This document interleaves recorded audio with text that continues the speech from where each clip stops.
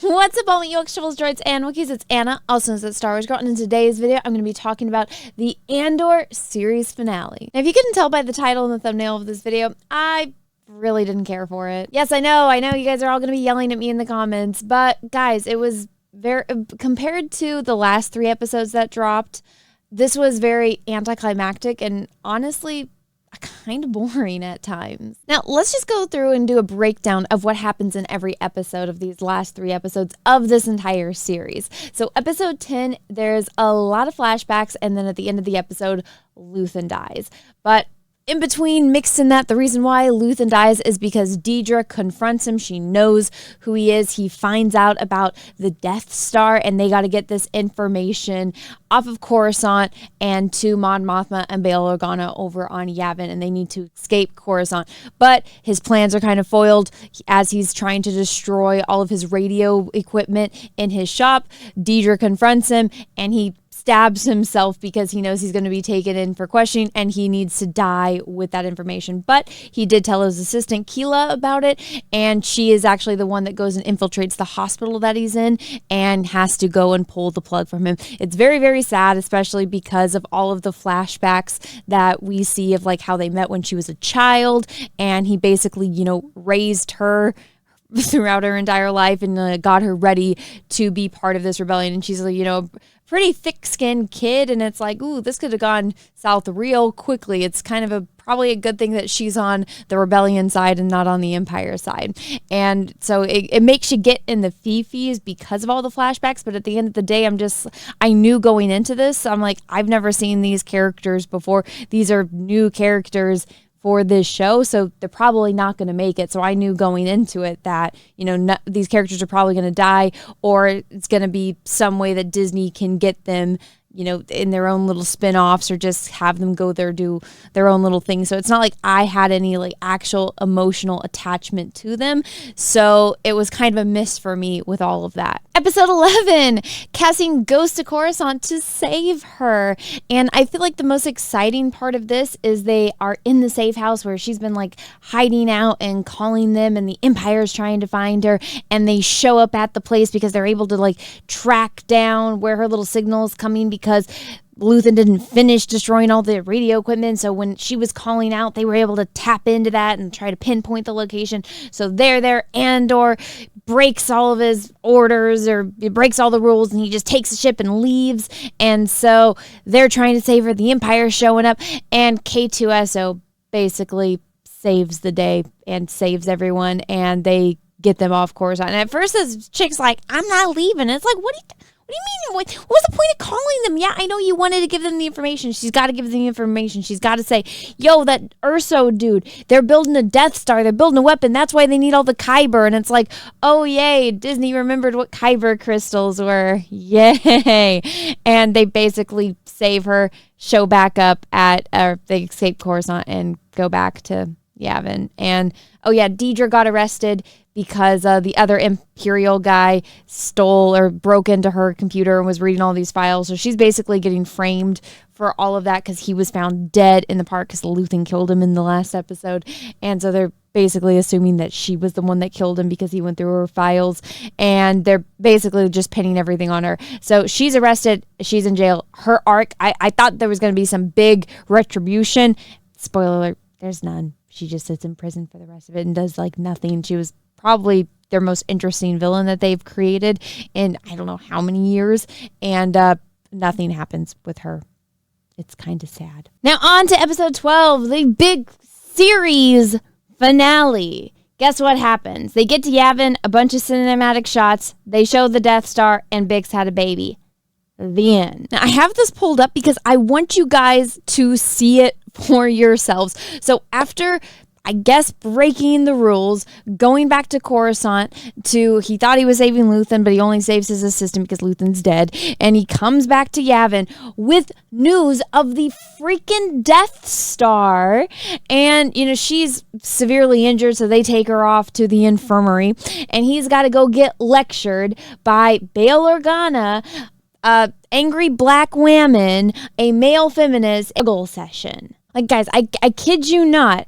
This chick who was in Rogue One, and then she was also in like an episode of the Clone Wars, which I have no memory of, but she's the Senator of Terrace, which shout out to KOTOR for that one there. But she's getting news of the freaking Death Star plans. He's like, you remember Gorman? You remember all that? And the Empire basically destroying that planet and, getting rid of the Senator and massacring all those people. Well, here's the real reason why. Hey, you know that energy saving scam that he's going, that Mon Mothma and Bail and everyone here knows about, and they all know it's some kind of scam for something? Well, here's what it's really for. He's building this like ultimate weapon, and we got angry black women bitching him out, and we got her bestie male feminist bitching him out too and complaining about this entire thing. And it's like, guys, the chick is in the infirmary.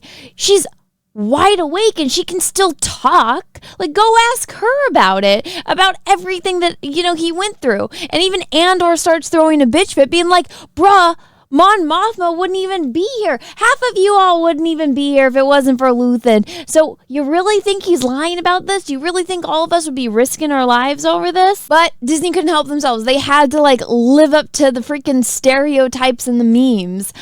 I don't get it. Like, seriously, that entire scene just showed how completely incompetent everyone in the Rebel Alliance is. I mean, we've already been shown time and time again how incompetent the freaking Empire is. Like, I had somebody bitching about in the comments on one of my last videos about, oh, well, the Empire explained multiple times that they had to get rid of all of the people on Gorman because it was going to destroy the planet. And it's like, really? You believe the Empire? The people that are known for lying and literally just killing people left, right, and center just to get people out of their way. You honestly think that these people that are evil are really going to care about the most efficient way at mining something? They're going to be like, no, we're just going to completely destroy the planet. I guarantee you, out of all of the races, all of the humans, aliens in the freaking galaxy, there would have been people or aliens that would be more efficient at mining the Kyber on freaking Gorman than the Empire. Just saying. It's common freaking sense, but that's out the window. And this is what I've said as I've had more conversations with people about this, either, on Twitter or on streams and stuff. I honestly think this show, the people that I've come to realize really like this show are people, and this is no offense to you guys, but it's people that don't have a more in-depth knowledge of Star Wars. Like, if you're just a basic, you've only watched the movies, maybe have a base knowledge of some of the EU kind of stuff, I can understand why you're making excuses and can somewhat enjoy this stuff. But you have any in-depth knowledge of Star Wars, you're just like, no, this is not how things work. 2 + 2 is not equaling 4 in this scenario. You're trying to tell me that 3 + 5 = 4, and it just doesn't.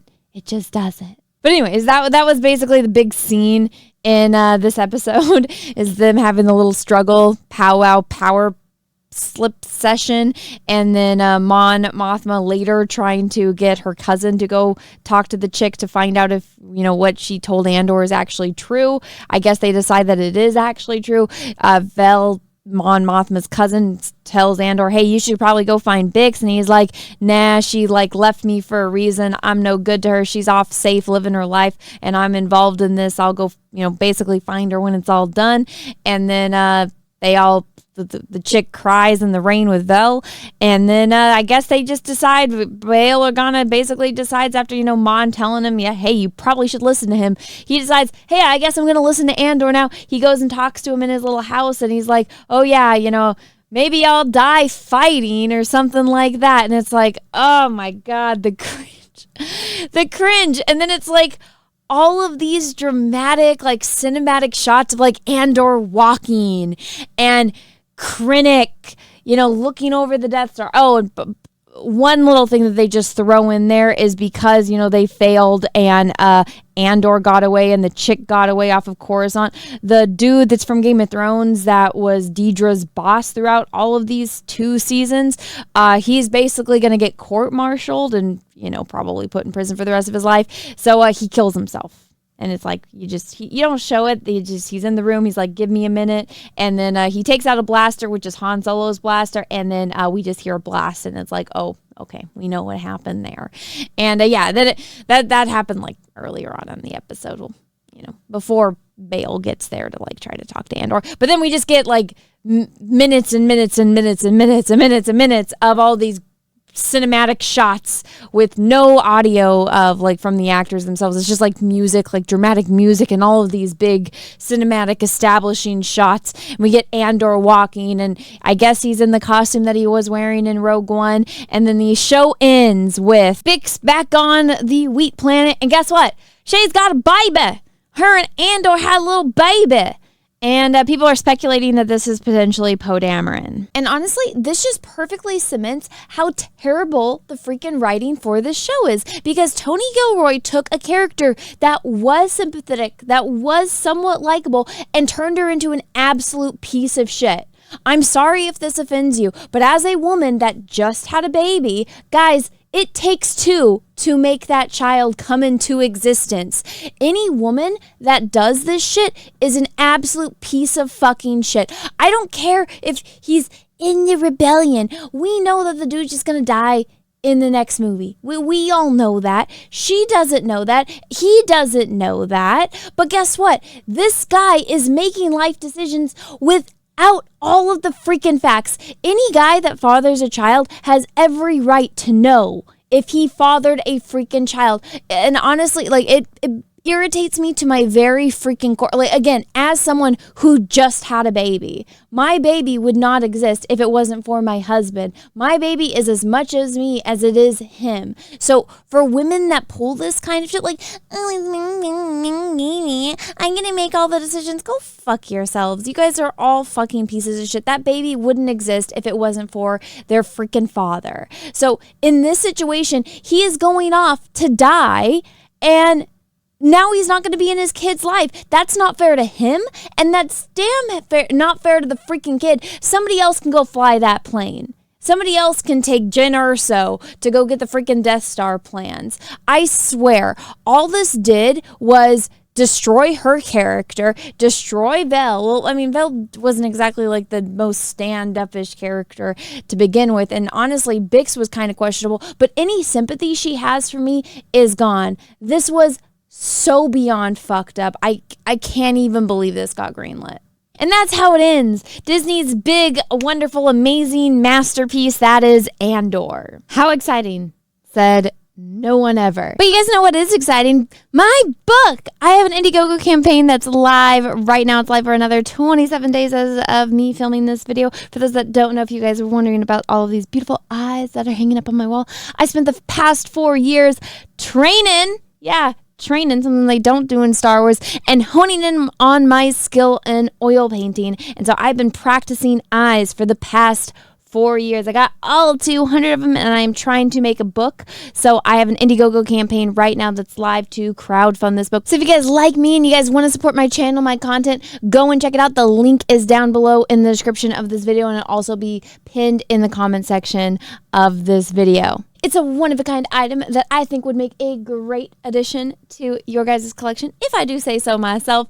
But thank you for listening to my little TED Talk there, my little sales pitch. Hopefully you guys enjoyed it, and hopefully you guys enjoyed this video. Let me think about what you guys thought all down below in the comments. And yes, I understand a lot of you guys don't agree with me, but that doesn't mean that you should go out and call me a cunt or insult my intelligence. If anything, that says more about your intelligence than it does mine. If you guys don't agree with me, that's great. Let me know. Give me an intelligent, argument down below in the comments that's just not full of insulting me in every way, shape, or form. Kind of weird. Extremely weird, actually. But yeah, I'm fine with everyone disagreeing with me. Believe me, I don't like the taste of water. I'm used to a lot of people not agreeing with me on things, but this is just my 2 cents and how I feel about it. I do have a video that I'm working on about the last 3 episodes that came out before this, because I'm sorry I didn't make it on time. I got a little baby that needed my attention, and every time I tried to go film, she was like, "Mom," and I was like, "Oh my gosh, my baby knows that I'm struggling. My mind is like turning into ooze. My baby's trying to save me. She's so sweet. I love her so much. She's such a good little baby." But that put me back on making, a video about all of that. I am working on it because I did have a controversial tweet about it going on. That basically I was calling out the fact that Tony Gilroy, the creator of the show, ripped off the musical Les Miserables, or the book, depending on what you guys prefer. But he did basically rip off literally even like the blocking for the scenes in Les Mis, and that was what was going on in the last couple of episodes, and basically the entire story following Andor and Cyril. So my video will be coming on that, so make sure that you guys are subscribed to the channel and ring the bell for notifications, that way you don't miss it when I post that video. Also, if you guys like this video, please smash the like button. If you didn't, that's okay too. Thank you so much for watching this far through, and until next time, I hope you guys all have a great rest of your day, morning, evening, afternoon, wherever you are in the world, and may the Force be with you, because we are really, really, really, really going to need it. Bye, everyone.